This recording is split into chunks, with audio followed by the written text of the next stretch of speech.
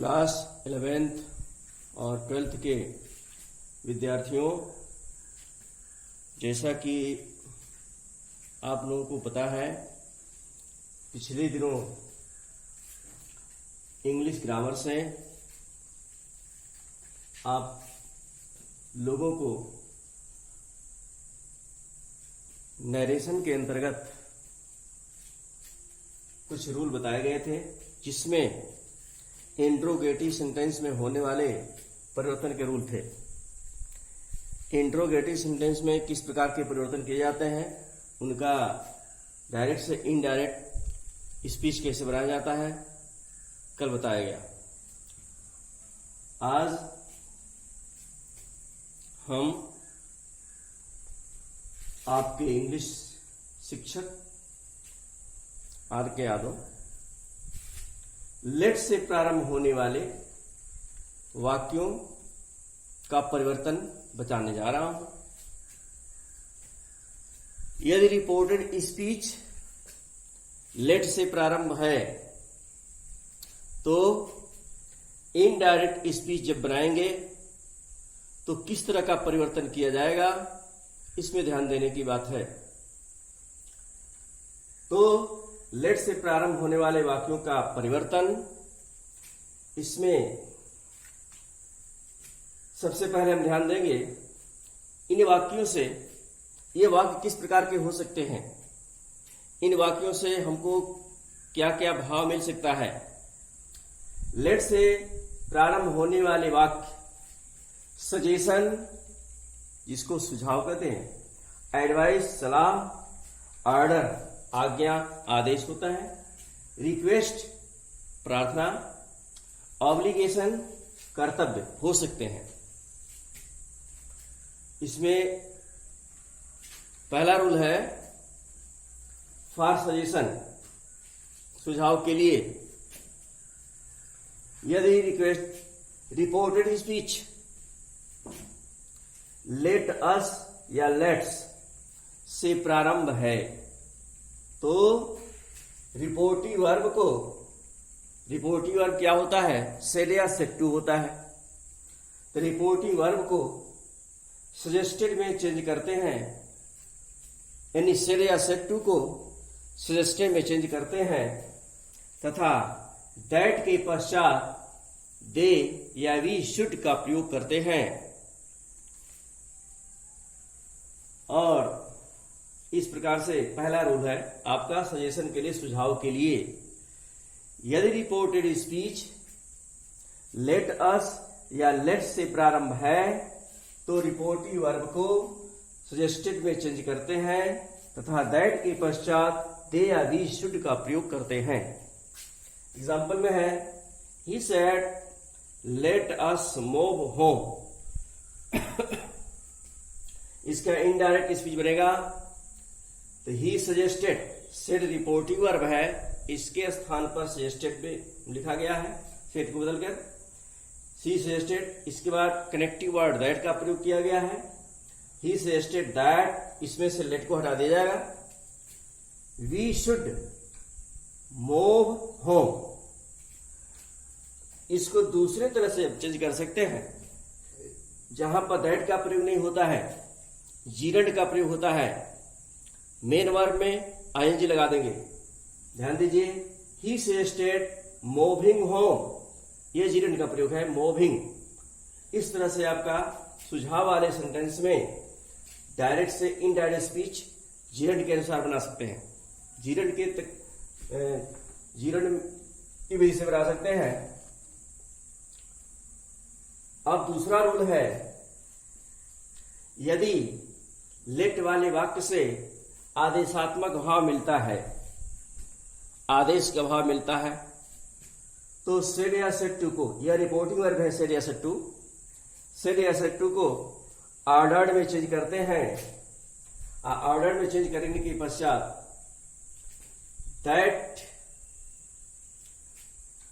Order में change करने के बाद दैट के पश्चात शुड भी का प्रयोग करते हैं। दैट के बाद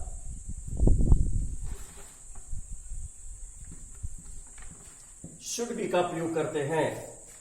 एग्जाम्पल है, the king said let him be hanged, let him be hanged. चूंकि यहां पर बी का प्रयोग पहले से आपको प्राप्त है तो केवल शुड का प्रयोग होगा, बी रहेगा। The king said let him be hanged, इसका इनडायरेक्ट बनेगा द किंग ऑर्डर्ड, सेड को चेंज करके ऑर्डर लगाया गया क्योंकि राजा आदेश दे सकता है। दैट, हिम बदलेगा, ऑब्जेक्ट है, फर्स्ट पर्सन में आता है तो सब्जेक्ट के अनुसार द किंग के अनुसार बदलेगा तो ही हो जाएगा।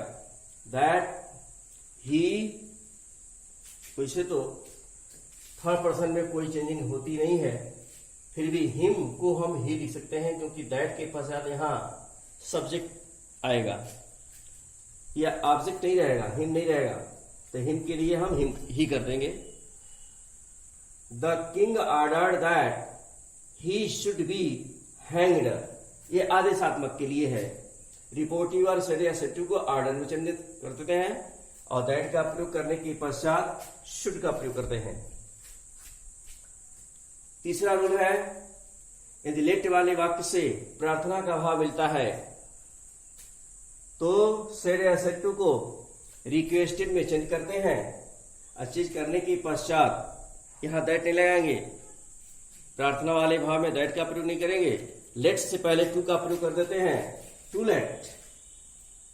जैसे एग्जांपल में है, डायरेक्ट में she said to him let me go please, please शब्द ये अनुरोध को बताता है, प्रार्थना को बताता है। सेड टू को चेंज किया गया, रिक्वेस्टेड हुआ। इनडायरेक्ट में she requested him to let, let से पहले टू लगाया गया, to let me first person में है तो सी के अनुसार बदलेगा तो हर हो जाएगा, तो हर गो हो जाएगा। She requested him to let her go. इसके बाद एडवाइस के लिए एग्जाम्पल बताते हैं, उसका रूल भी बता देते हैं, ध्यान देने की बात है।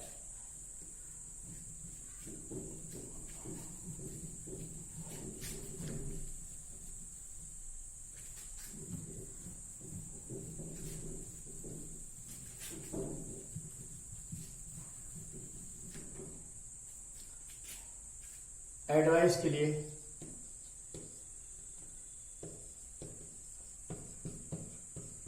फॉर एडवाइस,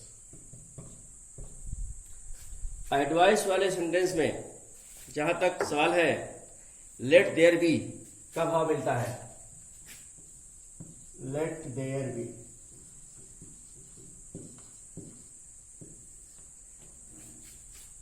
एडवाइस के लिए रिपोर्टेड स्पीच का जो भाव मिलता है लेट देयर बी में आता है। इसका कैसे इनडायरेक्ट स्पीच बनाते हैं, लेट देयर बी वाले वाक्य में सेड या सेड टू को या रिपोर्टिव वर्ब को एडवाइज में चेंज कर देते हैं और चेंज करने के पश्चात दैट का भी प्रयोग करते हैं और शुड बी लगाते हैं, शुड बी का प्रयोग करते हैं। तो यहां पर एग्जाम्पल हम बता रहे हैं डायरेक्ट में,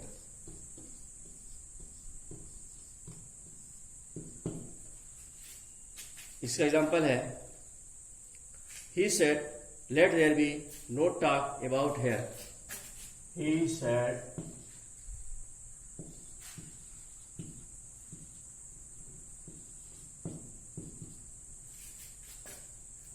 let there be no talk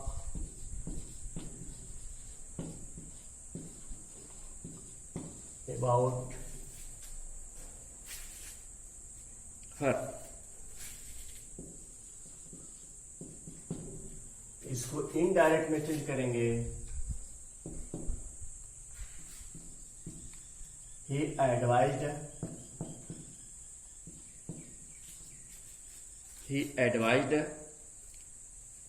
corrective word that का प्रयोग करेंगे। ही एडवाइज्ड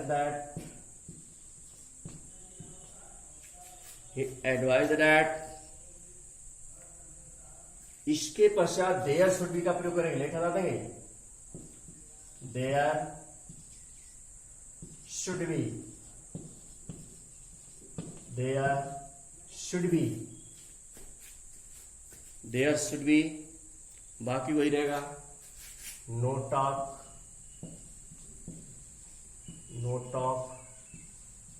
अबाउट हर। इस तरह से आपका एडवाइस के लिए, एडवाइस वाले सेंटेंस में आपका reported speech let there be से प्रारंभ होता है, उसका डायरेक्ट से इनडायरेक्ट स्पीच में परिवर्तन कैसे किया जाता है।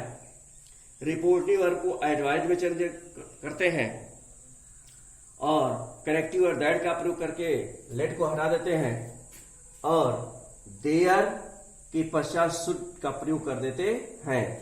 इस तरह से आपका इस सेंटेंस बनेगा। एग्जाम्पल में he said let there be no talk about her, indirect बनाएंगे तो he advise that there should be no talk about her. इस तरह से लेट वाले वाक्य का डायरेक्ट से इनडायरेक्ट स्पीच में परिवर्तन किस प्रकार से होता है, यह रूल आपको मैंने बताया, एग्जाम्पल के साथ बताया। और मुझे उम्मीद है कि आप लोग इसको ध्यानपूर्वक अपने घर वीडियो के माध्यम से, मोबाइल के माध्यम से देखेंगे और अपने नोटबुक में लिखेंगे और याद करेंगे। इस पर एक एक्सरसाइज मैं भेजूंगा, उसको आप लोग अपने उत्तर पुस्तिका में हल कीजिएगा। थैंक यू, धन्यवाद।